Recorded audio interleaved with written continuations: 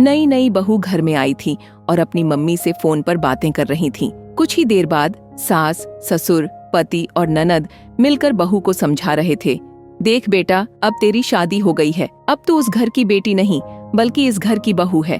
अब थोड़ा अपने माँ बाप से लगाव कम कर और अपने नए घर को संभाल। शादी के बाद माँ बाप को भूल जाना चाहिए और ससुराल को ही अपना घर समझना चाहिए। जितना जल्दी तू हमें अपना लेगी और अपने मायके को भूल जाएगी, उतना जल्दी तेरी गृहस्थी संवार जाएगी।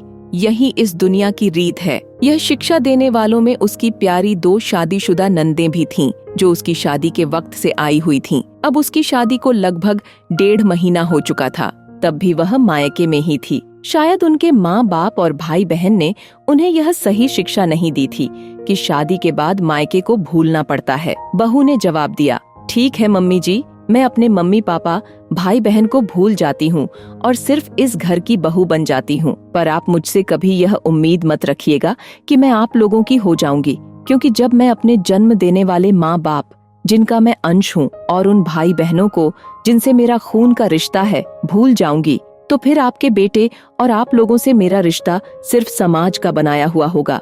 जब मैं खून के रिश्तों में सगी नहीं हो पाऊंगी, तो आप लोगों की सगी कैसे हो सकती हूँ?